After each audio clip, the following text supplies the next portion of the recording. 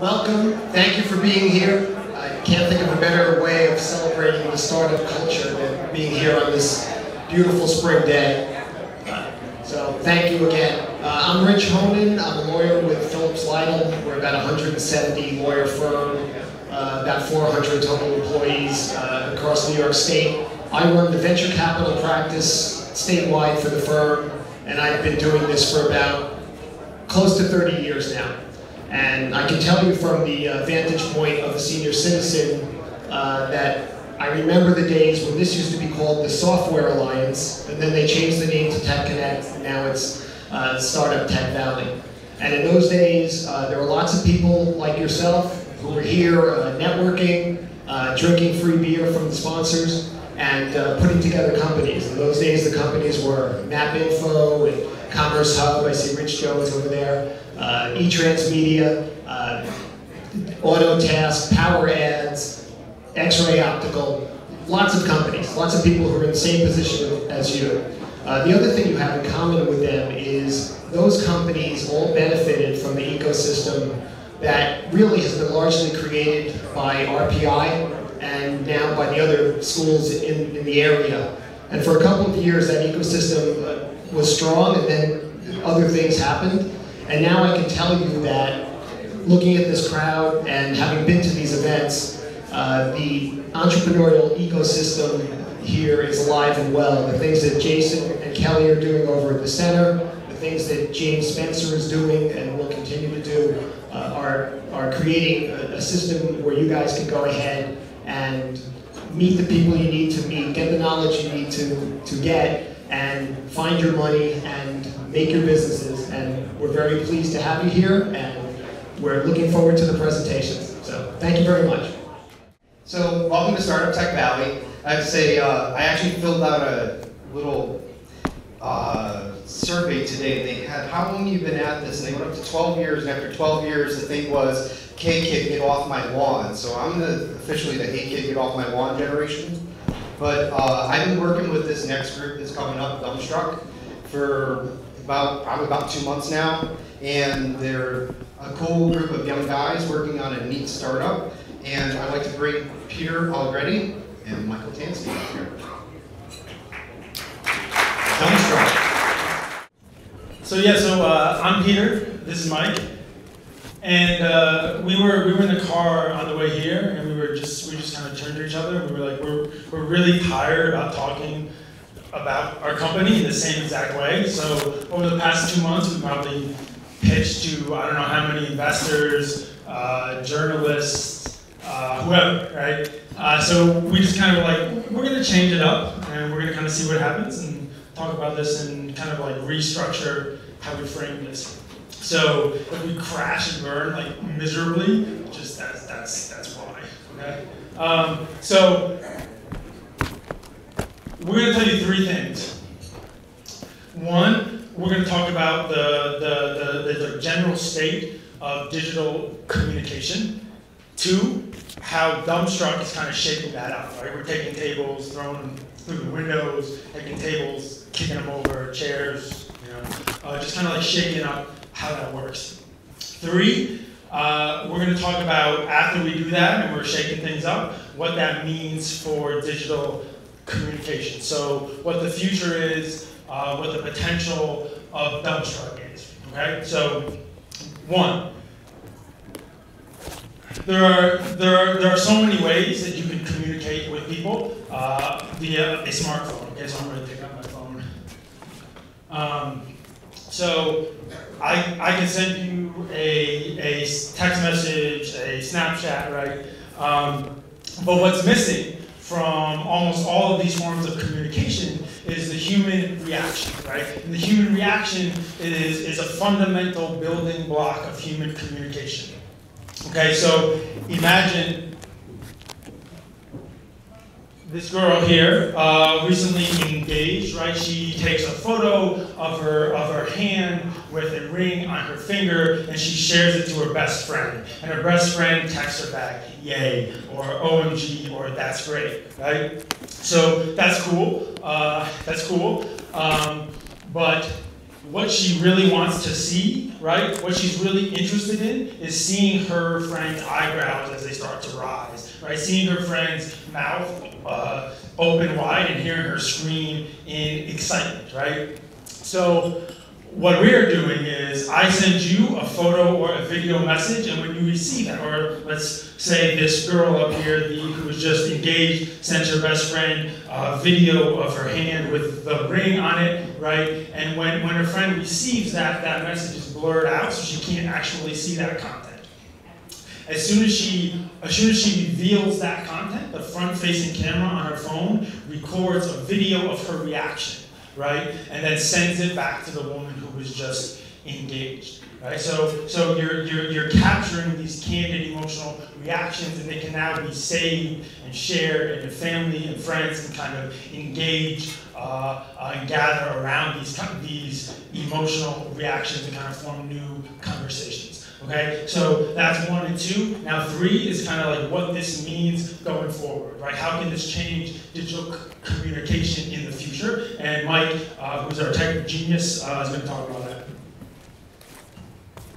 All right. So one of the issues here is how can we use this in a broader scale? You know, how can we use this? How can a brand or a celebrity use this and actually get value out of it? So we're solving that through a bit of technology we're calling facial recognition analytics. And basically, Miley Cyrus can send out a video of a new song or a new clip from her music video or something and get 10,000 reactions back, and that's great, but what can you do with that? How do you make that data valuable? So what we're doing is we're actually using computers to process all of the videos, and using facial recognition technology, we can say, you know, in a dashboard, okay, you know, 80% of the females from age 18 to 23 smiled at 2.3 seconds of that video. So they can instantly analyze and, you know, gauge, you know, the success or failure of what they're using our platform to do. So that's kind of cool on the technology side, what we're doing there. And just technology-wise, for those tech people that are here, we've actually solved some problems with the iPhone and Android devices using multiple videos, recording videos on the fly. Our echo cancellation algorithms are better, perform faster, and are better quality than both Skype and Apple FaceTime. So we're doing some really cool technology things on that front too. And I think that's it. If anybody has any questions, we'll be here to answer them. Yes. Yeah, how does it work? So, like 99% of my daughter's texts are, "You want to get ice cream now?" "Well, okay, maybe." You know, like, Sure. how have you found the interaction? Sure. So, Yeah, just I mean, anonymous. there are people that use it in like conversational. So the Compared to Snapchat. So the question was a lot of texts are just simple things like do you want to get ice cream, right? And like how would you use that? Testing. How would you actually use The app for something like that. And we actually have a lot of people who use it in a conversational manner. So like I'll have a video, a short 6-second video, and I'll be like, "Hey, you want to meet me for a drink?" And I'll send that, and someone's like, "Shut up, I hate you." So like people actually use it in a conversational manner, and it kind of adds that human, emotional kind of, because you actually see their face and see them talking. So it actually can be used in that way too. And we're seeing that it is used that way a lot with like 13 to 24-year-olds. Yeah. Is there any other, like one more really quick question? Oh, okay, cool. Does the person who's getting the reaction picture taken, do they have an option to maybe not have that part of the conversation? Yeah, so you actually, you can stop it as it's going, but you can't redo it, right? Because then you lose that candidness, right? So the idea is you're gonna get these real reactions. Someone's seeing the content and like their face is they're gonna respond, right? So there are privacy controls, so you can say, I don't want to share it. I don't want to share it to Facebook and Twitter, right? Or email or SMS. But you can stop it real quick. If someone sends you something, you're like, whoa, like I don't want to be associated with that, which sometimes may happen, right? You can stop that, and people can flag things by contacting us too. Yeah. Do you have any engagement numbers for South by Southwest? Uh, How'd it go? South by Southwest went great for us. Like we really felt like we killed it there. You know, it's not really a user acquisition conference. It's more about kind of spreading the name out there in the tech world. A lot of new investor conversations started. We actually had a lot of like major brands contact us while we were down there, which is interesting because we're young, we don't have a lot of users, but they're still finding ways that they can run it for like really large campaigns. So in the next 4 to 6 weeks, you guys are going to see it being used by some major brands for some like global campaigns, which we're really excited about. Yeah.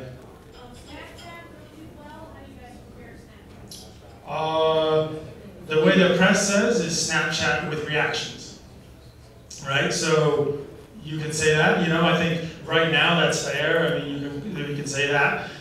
Where, you know, it's a messaging app now. Again, you know, without getting into the details, but in the next couple months, it's going to be very clear that we're not a messaging app, that we're actually something much broader, more of a platform. But right now it's fair. I mean, people call us Snapchat with reactions, which is not. I tried to argue with it for the first 2 weeks, and then was like, well, it's logical. Like, what are you going to do? Yeah. Do both devices need to have the app on? Yes. So you'll need to have the app installed on both devices. We're actually playing around with ways to kind of break down that firewall, but that's on mobile. That's very hard to do because Apple won't let it. There are restrictions on Apple devices, but we now, with the newest update in the next couple of days, you'll be able to send someone a message who doesn't have the app, and just, you know, so you'll be able to actually send them a video or a photo and be like, hey, download the app so I can see your reaction. But you can still send them a message even if they don't have the app. Yeah, that's coming really soon. Yeah. So who controls whether it's a still, a video, and how long it goes for? So right now it's 6 seconds if it's a video, and the reaction is 6 seconds, or 6 seconds plus 3 seconds if it's a video. So if it's a photo, then it's 6 second reaction. If it's a video 6 seconds, and the reaction is 6 seconds plus 3. We're playing around with actually one of the updates coming up. We're going to have the ability to control. Like, I want it to only be viewed once, and that's all. Right? I don't want it to be viewed, to be around for longer than that. And I believe that is it. Unless Mark has a really good question.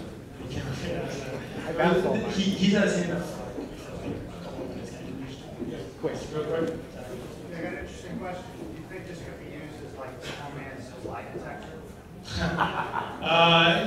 If you can build facial recognition like analytics into it, like I don't see why someone like, we don't have any plans to do that, but technically speaking, we could build like facial recognition lie detection, code into there and actually be able to detect that. I feel like our consumers might be a little wary of that. I'll use that on my girlfriend. Me too. Peter, thank you very much. Mike, thank you very much. And she's bringing together students and tech entrepreneurs to expose the technology and opportunity to students in our classrooms. I'm pretty sure that we're all here because we're either benefiting from, or we want to benefit from, the entrepreneurial ecosystem that is developing in Tech Valley. And I'd ask that you just keep that in the back of your mind while I introduce you to a program that we started a few years ago. But first off, how many of you were inspired as kids by someone? Fantastic. So I want you to keep that in mind too. First, I want to tell you about my son, who's the inspiration behind this program and who helped to show me where the hole is in the STEM education pipeline. Will has been obsessed with inventing since he was in first grade. Everything from mechanical brain parts to prosthetic arms for military personnel to nano solar cells.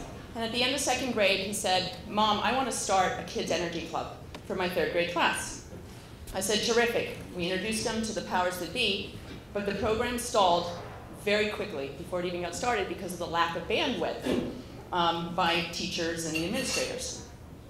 So 2 years prior to this, I had started Innovators Inc., which is a clean tech content development and media relations consultancy working with clean tech companies. And I said, let's go talk to some of our clients, see if they'd come in. So in about 8 weeks, we threw together a program for the 3rd grade class that year and a field trip, and we were off and running. Most of our efforts were, have been, still remain, in terms around STEM education, focused on the 6th through 12th grades. We've largely ignored the elementary level. So, how do we inspire our kids? This is a question we keep asking ourselves every year. The approach so far is not very encouraging. So how do we inspire them? Let's talk what we think is a potential solution here. Smart Kids New York is a traveling science series that introduces cutting-edge technologies to 3rd grade classrooms through hands-on demos and experiments that are led by our young entrepreneurs and our innovators coming out of our universities and those who are running our startups.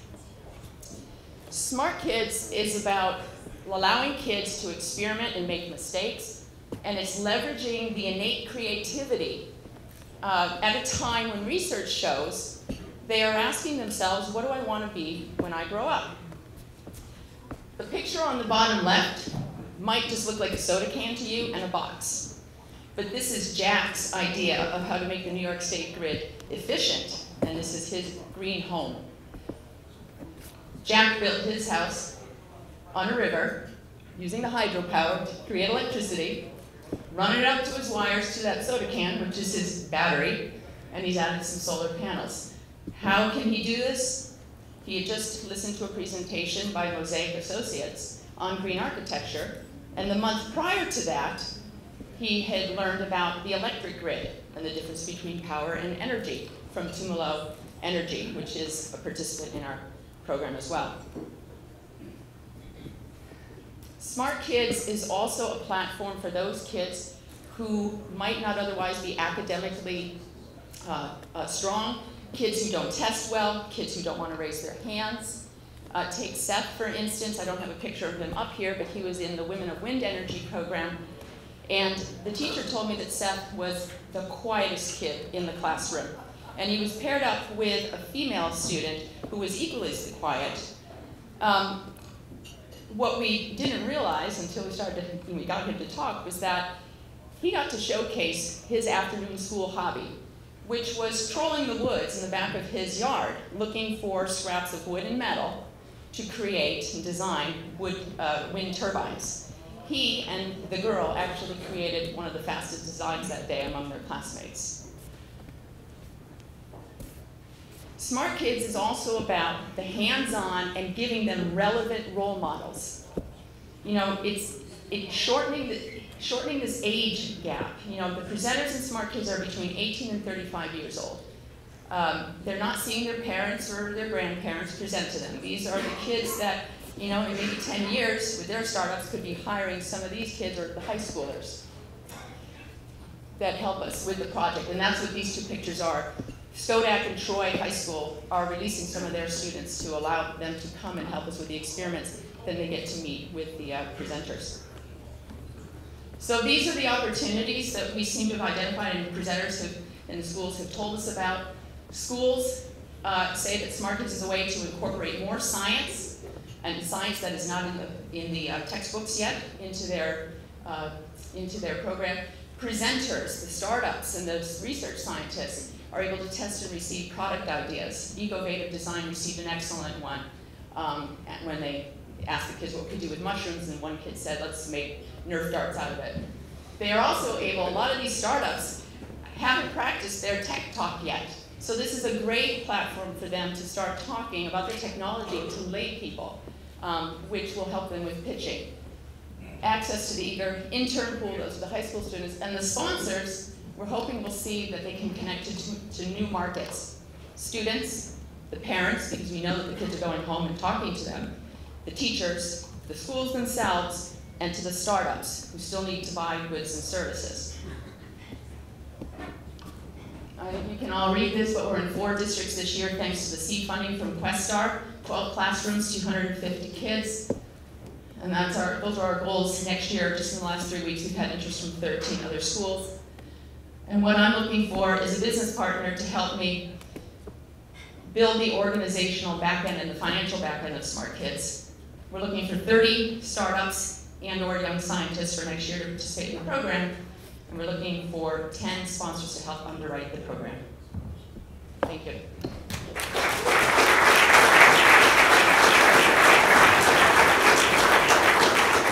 Questions? Or I'll be over there signing you all up. How much of a time obligation is it for a startup, and what do they need to think of or do? We are still working with the format. We see several revenue models, but right now, to answer your question, we're doing a 5-in-1 split. 5 presenters, different presenters, and for one school. But over the course of this year, we've got businesses are either presenting twice, up to 4 times, depending on their time availability. It's a 75-minute to a 90-minute program, that is it. So 2 or 4 times over the course of the academic year. They have to bring the materials and prepare. Innovators Inc., yep, Innovators Inc. and the presenters have been sharing that responsibility in terms of paying for the materials for the different experiments. So, yes, you first, and then the person in the back, please. Is it Common Core? I'm sorry? Is it aligned to Common Core? Right, well, we're going to do a little more digging, but all the teachers have said yes. This is Common Core wants to see a larger infusion of science at the K through 4 levels, and that is one reason why they are very interested in having us come in. And you? How do you get this in the school? How do I get this in my kids' school? You come talk to me. Then I look at my network, and really the way we've done it right now. If we actually get all the presenters and sponsors that we need for next year, we can meet the demand to be into 17 schools, and a lot of it's just been word of mouth. The teachers, talking to the parents. I've talked to science coordinators who are a great entree, and superintendents. You're going to hear from Bob Horan, who's been a big part of building this program this year. Yes? How much would it cost to get this into a school? Okay, so here we go with the... The upper end is 3,000, and the low end would be 2. Okay. And what we are thinking of building in next year, in terms of just sort of trying it out, is a mentorship piece where perhaps there are companies who can only present twice, but then we can set it up so that as the company grows over the course of the year, they can check in with the students and kind of have a Skype session, perhaps, when the startups reach milestones. There is the, so that's one idea that we really kind of want to work. And then there's the professional development piece, where if startups are interested, they can have the teachers come in and visit, talk to them about their technology, and that is something that is of great interest to a number of schools. Thanks everyone for coming back. I know last time I was here I did a 1-minute closing. I gave you some quick information about a program we're doing in our school that I believe is the only program in New York State that's allowing this to happen. Since the last meeting, we only had 1 minute. I've had contact with 4 different companies, and I've got 2 additional companies in my basement right now. So basically what it is, opening doors to business opportunities. For years, we've been talking about business and school partnerships. One of the biggest things you know probably as a business partnership is schools say they want to work with you, but they really don't want to work with you because they close their doors. We're different at Skodak. Our doors are always open. We want more businesses in, working with our students K-12. And a way in which we figured out that this could happen was through this business incubator partnership. We don't know if we're calling it incubator partnership, co-location. We've got a couple of different names for it. First of all, that's who I am. We have 989 students. We're a small rural school. We're only 10 minutes from downtown Albany. I can leave my office and be in my senator's office, which I was today, in 10 minutes. So it's not that far away. We have a major declining population, and that's important because I have 3 buildings. And as school districts shrink, what we have to do is use the really bad word, which is close a building. We're not closing any buildings in Skodak. We're going to repurpose a building. And the way you repurpose it is make opportunities for people to come in and use that space that's very valuable. Science labs, and you'll see a few pictures here in a minute. Science labs that aren't being used anymore that could be used by a new startup company. Office space, basement space, students to work with, teachers to work with, to get ideas from. There's a little quote we have here. If you do what you've always done, you'll get what you've always gotten. There are a few people here that know who I am. I don't like to do the same old thing.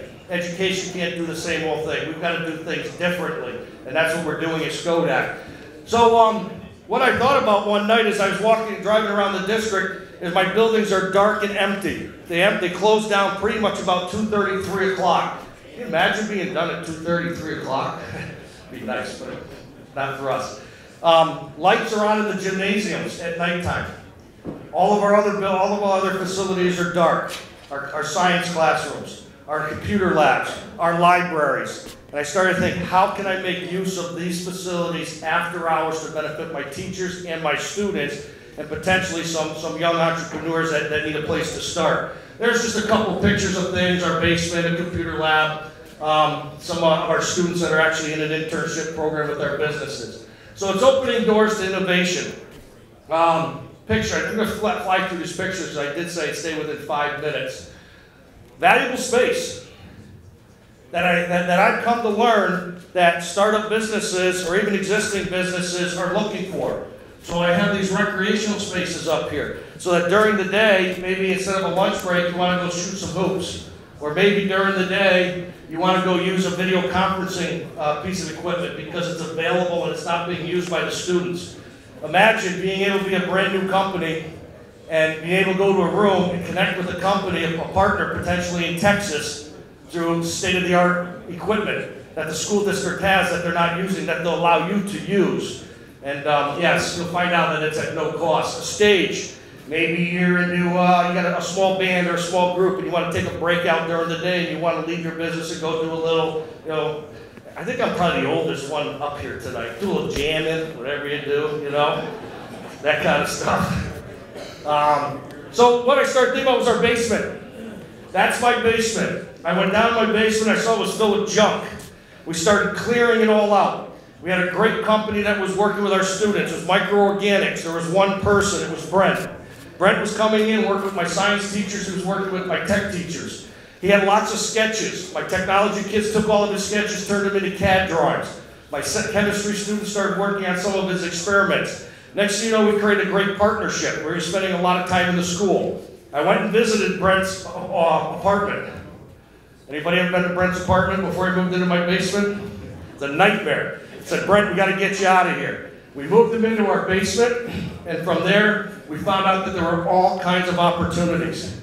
Working with students, working with teachers. And as you know, most of the startup companies have very, very little money. And there's where the school works into it.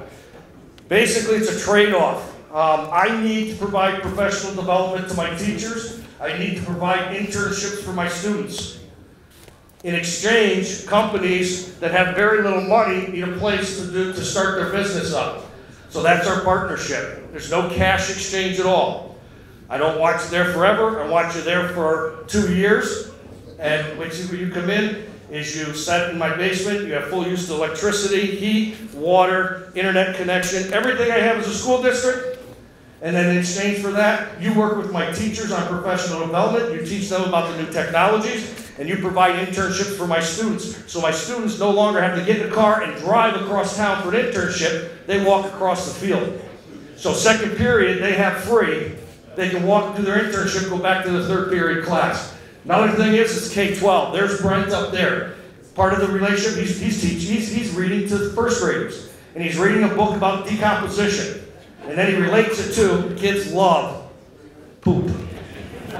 They love it. Over here, there's my science teacher, a student, and Brent. They're interacting. They've got a partnership going on.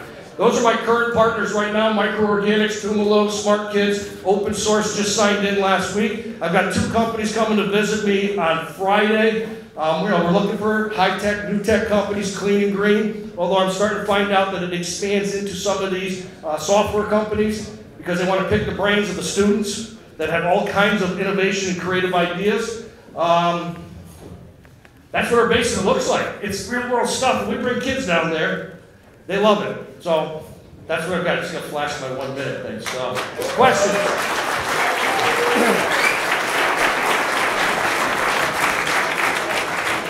And you can always come for a visit. We're always open. Again, we have an open door policy. Just come and visit our school. We'll take you through the basement. Yes.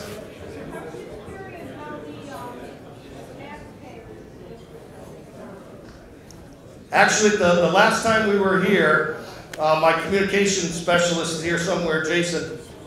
That was a question. Oh, repeat the question. How are the taxpayers and the community responding to this? They love it. They absolutely love it. Their kids are coming home. They're looking as a way, and not to close a building, but to repurpose a building. Another thing is we're hoping that some of these companies, they're short-term and long-term. Short-term, they're working the schools. Long-term, they like the community, they like work with the students, they like what our vision is, and they decide to relocate within our community. Once you relocate in the community, you create business and job opportunities for the people within the community. So, other questions? Yes? Have you seen this anywhere else around the country or no? When I talked about it 2 years ago, my attorney said, no, you can't do it. I said, you don't know that I don't like the answer no.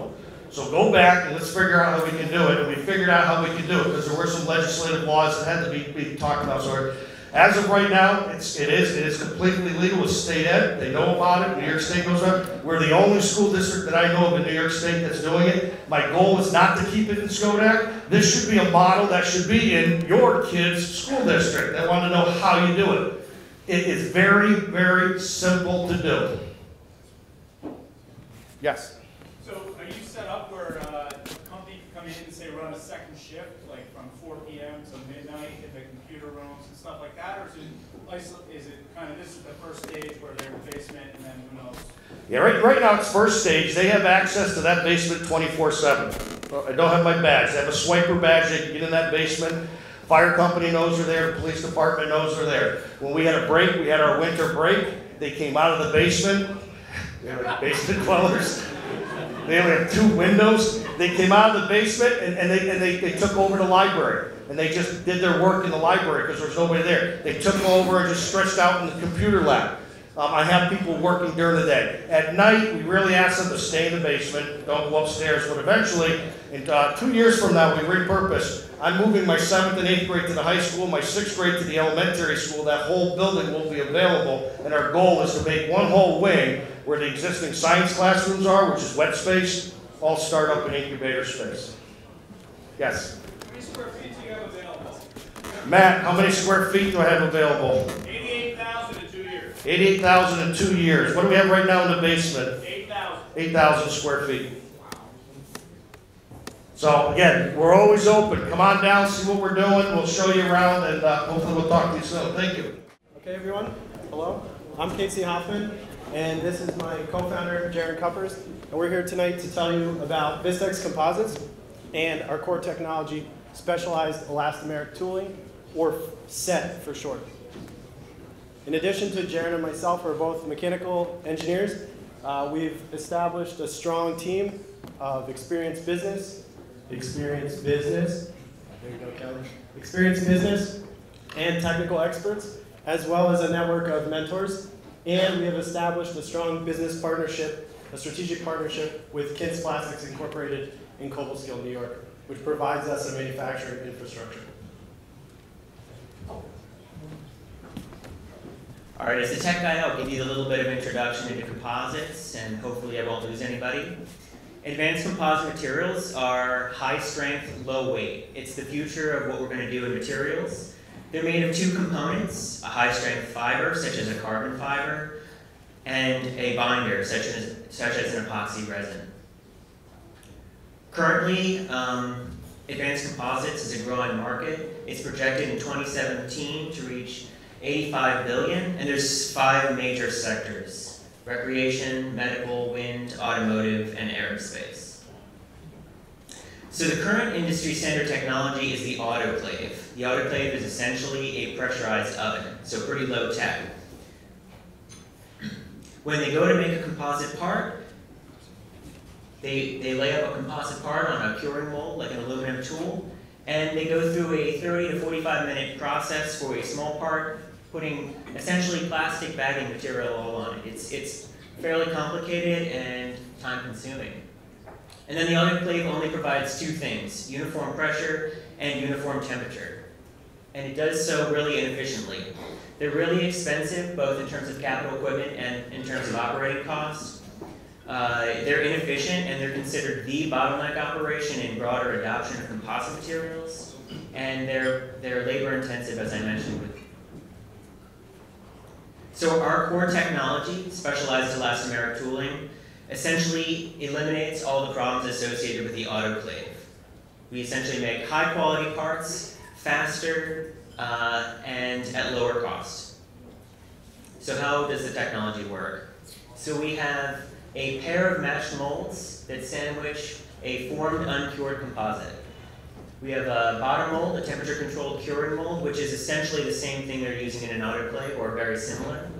And we have a top mold, the compression mold. And this is where our secret sauce comes into play. We have this rubber mask, and the thickness of the rubber mask varies across the part. We determine the thickness of that rubber mask using our proprietary optimization and modeling techniques, which I'm not going to bore you with. Such that when we compress the mold set together, we get the same uniform pressure on our part as you get in an autoclave, and when we heat our bottom mold, you get the same uniform temperature. So drastically simpler. So for example, for this kayak paddle, I'm not going to go into too many details, but if we start with a uniform thickness mask, you can see red, which is high pressure, and blue, which is low pressure.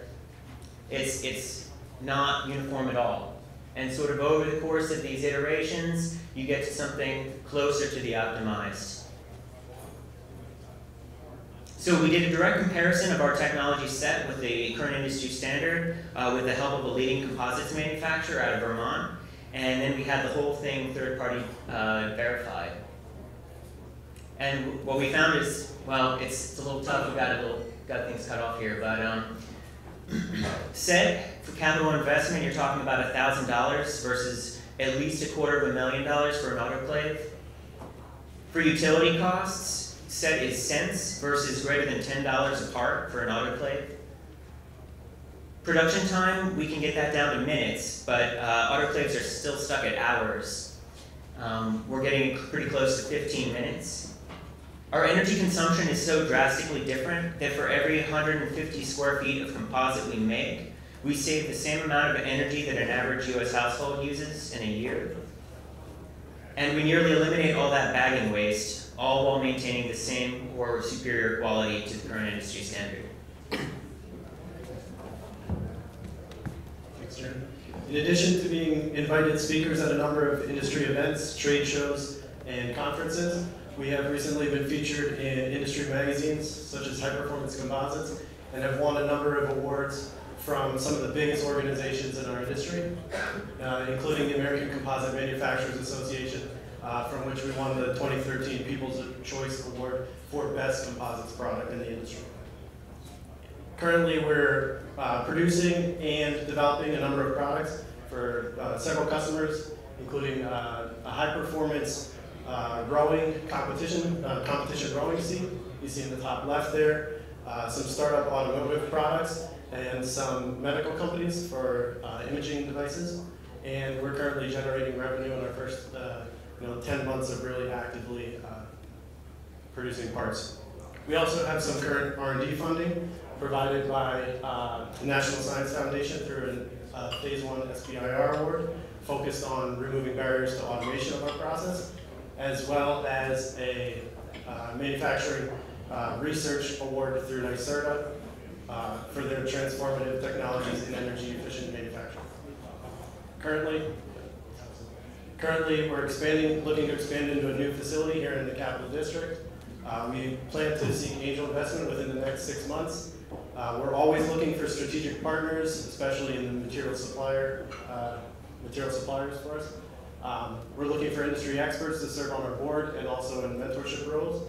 And we're always looking and focused on customers that provide cutting-edge composite products. Aerospace and Defense Manufacturing Magazine has stated that eliminating autoclaves is the holy grail of composite manufacturers, and that is exactly what our technology does. Thanks.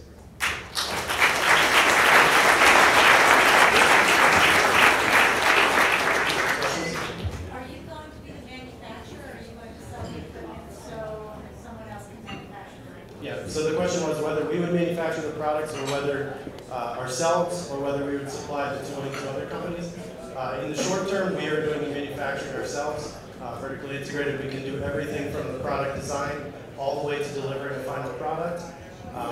In the future, we would consider licensing, but as a startup, we can't really provide that service to our customers. Excellent question. Anything else? You guys up top have been quiet all night. Yeah? Are you, is this technology, are you using infused composite materials, so the resin's already infused into the composite, or are you using raw materials? Yeah. So the question is whether we're using materials that already have the resin infused into them, commonly referred to as pre-preg materials, is what we use for the most part, but we can also do what's referred to as a wet layup, whereby we put the fibers down and apply the resin at a later step before we close our match mold. Another question? Patent protection? Patent protection, we have one patent on our core technology awarded, that was awarded last August, and we're also securing 3 additional follow-on patents to that. Question right there?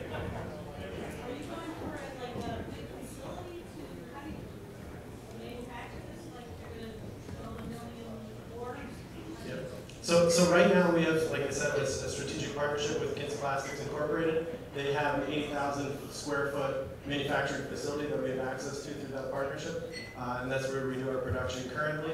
But we are, like I said, looking to expand. We're just working out the details right now of whether we will be co-located, do our manufacturing at the same place where we do our engineering and our design, or if we kind of split that up a little bit. It's to be determined. Thanks, Mark. Thank you.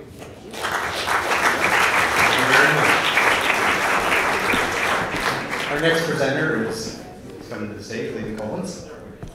A lot of us, I'm a Troy boy, I'm around downtown, we know Lehman from the center of gravity, and you're moving pretty soon, aren't you? Yep, they're moving pretty soon into Quackenbush building, so congratulations on that, and he has a new venture he wants to tell us about.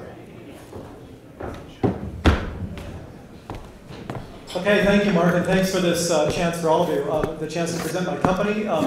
Make It Private is a software development company, which means disaster, as most of you know. I'm also going to tell you a little bit about that, condensing what I gave as a TEDx 18-minute talk in November into about 5 minutes. And then if there's time, I'll give you a sidebar on how entrepreneurship can spur and supplement a midlife crisis. We are a company that is focused on addressing what is really a global problem, the assault on your online privacy. And at the same time, characterizing ourselves as sort of the superhero that rides to the rescue with a solution, which means we're a target for pretty much every hacker on the planet. The truth is that with Make It Private, or with the way this is done, we're doing it with tokenization. Our parent company has a whole portfolio of some of the earliest patents on tokenization. So what is that? For some of you who don't know anything about what it is, I will tell you it's a very loosely applied term. For those of you who are computer experts, I will also tell you it's a loosely applied term. There are many forms of it. The way in which we do it, I'll explain in a moment, but suffice it to say that it's different than encryption. So where it is primarily used right now is in PCI, protecting personal credit card data. So MasterCard, Visa, American Express are all working on a global standard to make all online financial transactions a tokenization standard for how to do that. And obviously, it's great for protecting from identity theft. If any of these things go off the screen and there's a word that you don't know, just shout it out, okay, so everybody else figures out what it is. There are a couple of ways. Playground. Playground. So how does it work? Essentially, where most of us start out, we still, no matter how much we hear about the NSA and so forth, we start out by thinking that tokenization, or that email is a friendly place. The internet, you press a button, you send something, but the truth is that as soon as you hit the enter key, there is a enter. Somebody. Key is the word. As soon as you get the other key. It immediately puts you into a lot of bad things happening. Now, what happens in that context is, of course, government agencies and a couple of thousand companies at this point who exist solely for the purpose of scraping and selling your data. So if you think that something is free, you're wrong. You are actually a commodity. All of you who use the internet are right now a commodity. All sorts of information about you. What we do that tries to, what most people do that try to address that is to use encryption, which means that you scramble that up. But you notice the encrypted message is still out there to be intercepted. So once it's intercepted, it's only a matter of time and computing power because there is a mathematical relationship with that and your original sensitive message. What we do with tokenization is instead, you designate the sensitive data. So this is opting in. You can choose what you want to and not want to protect. We add some secret sauce that produces, that's a technical term, that produces a hash, and that part of your message goes to another vault. So what goes out over the server is only a token, which has no information and no mathematical relationship, and so the receiver is the only person that can actually take that, send the token back, get the hash back, apply the secret sauce, and figure out what the message was. My boss is an idiot. So that wasn't a statement, that was the message on the, my boss is such an idiot. So that's kind of how the thing works. Now, the other thing that differentiates us as a company is our ethos. We are profoundly opposed to one of the few companies that are out there that took a new technology and rather than offering it to governments or corporations, we're offering it first to consumers. We want to level the playing field, give people control over their own privacy. In addition, we will not use cookies. We do not collect any personal information. That's completely bucking the trend. We don't want to collect your data, which leads to a really ridiculous company tagline, the less we know about you, the better we can serve you. And that's kind of been our ethos. That's the company. Now to shift gears a little bit in terms of what entrepreneurship has done for me in midlife. Those of you who know me well know that I worked as an RPI executive. Some of you know that I was in on nuclear weapons inspection teams and all sorts of other stuff, and now have the center of gravity downtown where we do entrepreneurship sponsoring, and we're doing lots of things that are kind of non-traditional with business incubation.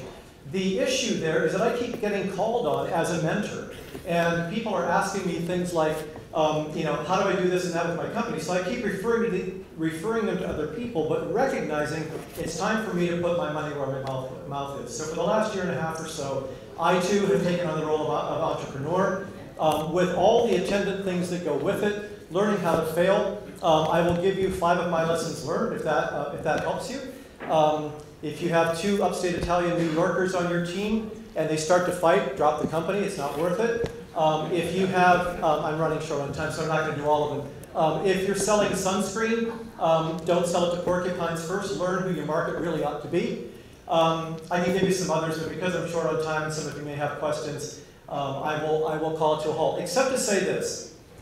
The coolest thing about the entrepreneurship thing for me has been that even with delays and certain kinds of setbacks, I still find that at the end of the day, I think my product is terrific, my market is eager, the timing is good, my company differentiators are great, and when I wake up in the middle of the night and I think of all the 5 things I want to do the next day that I don't have time for, the other thought that always creeps in is, wow, I'm an entrepreneur. Thank you.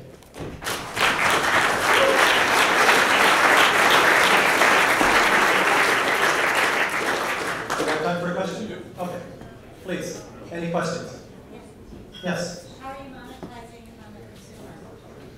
We charge $20 for the service for a yearly membership. It's a very straightforward thing. There are no punches, no hidden anything. And do I have to have this installed? Okay, so her question was monetization. Do both people have to be members? No, the sender, in order to send, you have to be a member. But if you get a message from me and you recognize it's a little red bar, oh, Laban sent me that, you just download the free plugin and open it. If you want to send a message in a secret way, you can do that. So that's, for some people, the emphasis that this puts is on the authorization piece. The IT wizards who were reading the screens as I was showing, it means that all of the information is on, or all of the emphasis is now on how do you steal somebody's authorization data. If you can get authorization, then you're in. But that can vary depending on whether you're just trying to hide a secret buffer and you want a good password. That was a bad example, sorry.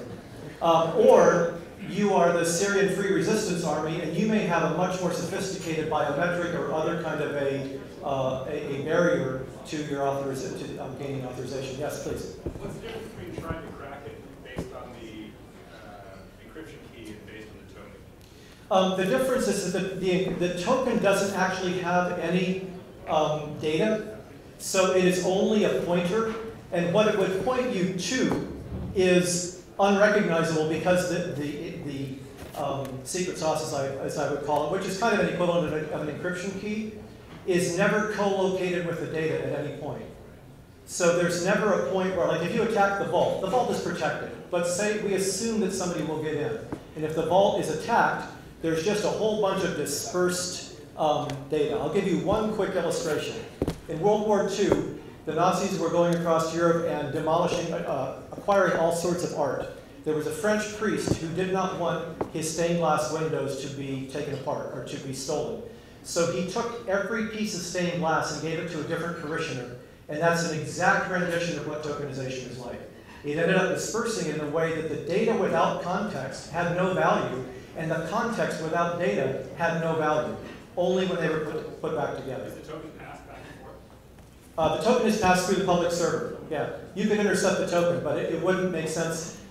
You could only do that with authorization. You can't crack it, or like intercept it, save it, and try to figure out what it means because there's no meaning to it. That's why it works so well for protecting your credit card data. Yes?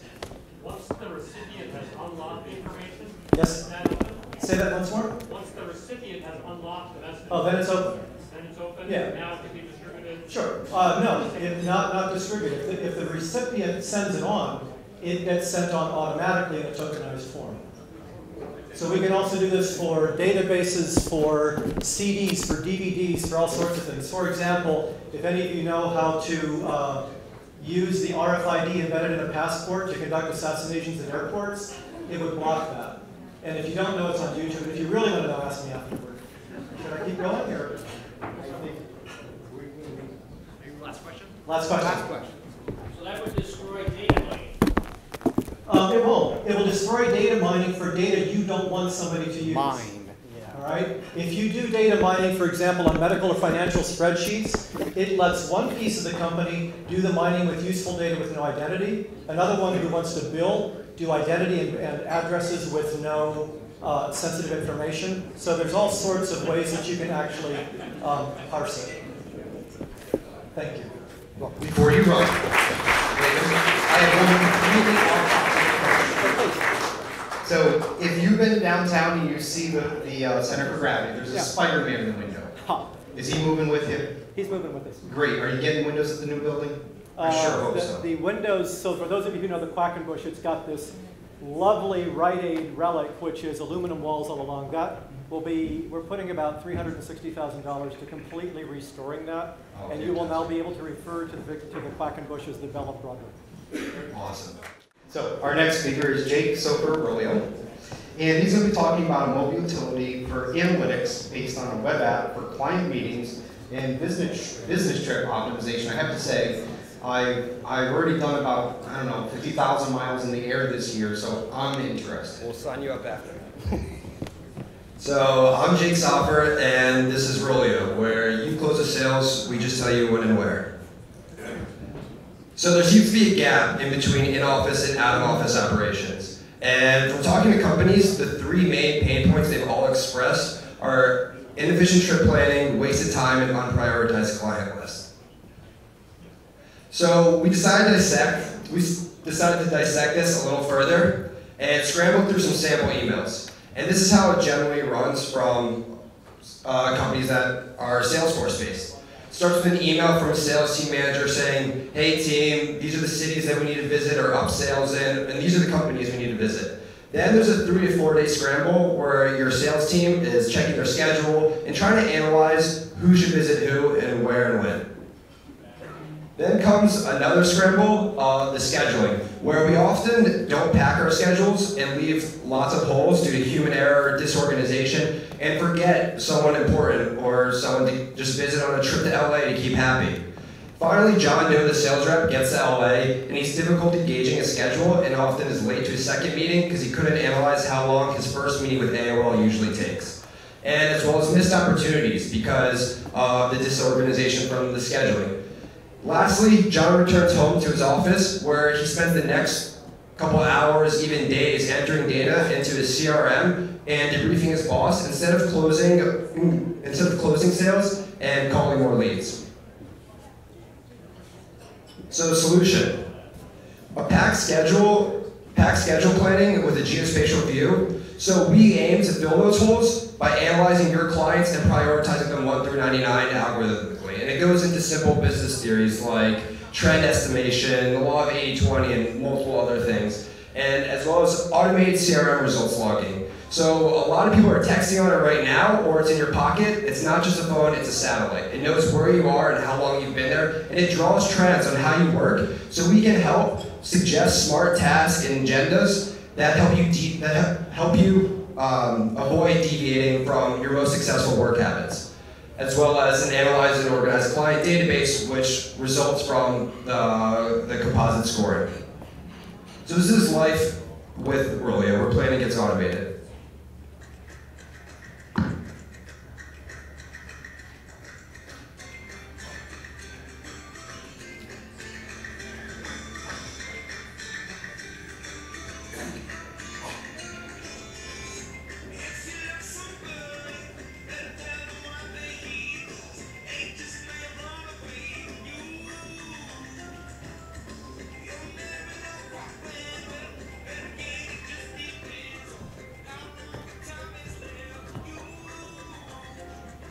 And with an easy swipe of a finger, fill any schedule hole, whether it be a meeting or a client to drop in on, or a simple phone call to make to close a lead from your last trip.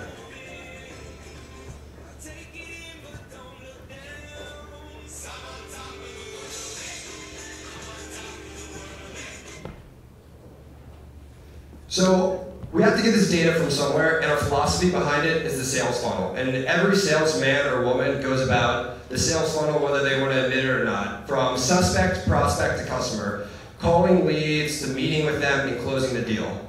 So, but we all differ with the patterns, workflow, and timeframes in between. Essentially, those cracks within the sales funnel. And by using artificial intelligence, we can learn about the habits that you performed under when you closed sales and the ones that you did when you didn't close sales. So this is kind of leading to the future of Rolio, where we gather all those metrics from Rolio Mobile and to a big data dashboard, where we can correlate your work habits into sales and break down your work funnel. John Doe has a 70% closing rate when he follows these steps, or we can even categorize it by location and sector, size of the companies he deals with. And yes, it's not the same as a consulting firm that can come into your office and say, John Doe doesn't close a lot of sales because he has ugly hair, or Stacy just has a bad attitude. But it's real-time analytics that are updated on the go, analyzing your relationships. Today, we've been fortunate enough to sign up many beta testers and customers that are excited to start using Rolio. We're hammering away in our workshop, almost done with our beta version of Rolio 1.0. We're raising $250,000 on our initial seed round. We've been fortunate enough to be accepted into an incubator in DC that's investing in us, and we've just received contact from a small venture fund in New York City, as well as an angel investor in New York who is looking to pledge money to us. And we're always hiring, looking for programmers and people, business asks to help us grow and scale. Thank you.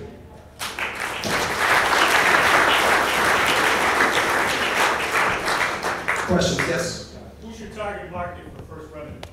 Our target market, we thought, was anyone that sells a product, software, especially software, and we were right about that. But what's also been coming to us is law firms saying the legal industry is changing. I'm not just going and protecting my client, I'm selling myself, because the market's so oversaturated with lawyers these days that you need to present yourself. So eventually we'll white label it as legaltraveler.com or something like that. But so that means our two target markets are anyone that sells something, especially software or commercial goods. Second would be law firms. Yes. in any way? Venture? No, we are not related to Venture for America. Just name we threw in there for the sake of the demo. Yes. Any plans to come back to the capital region after you go to DC? So I'm working with the incubator right now. We're on a debate whether I drop out of school or not right now. If I don't drop out of school, I'll be up here at RPI again, and we'll set up an office in Albany. Why not Troy? Troy. Yeah. Because I live right on the hill. Now let's go there. We'll think about it. Yes, that's our target market, who we're going for. And eventually we'll integrate with other CRMs, and through, we're finding that those other CRMs are very happy to bring us on, but Salesforce is a big enough market for us to just focus on initially. And we're focused on making a product that's so similar in usability to Salesforce that our users won't even notice any difference. Thank you. This is a really exciting group. I'm so glad that all of you came out to hear them.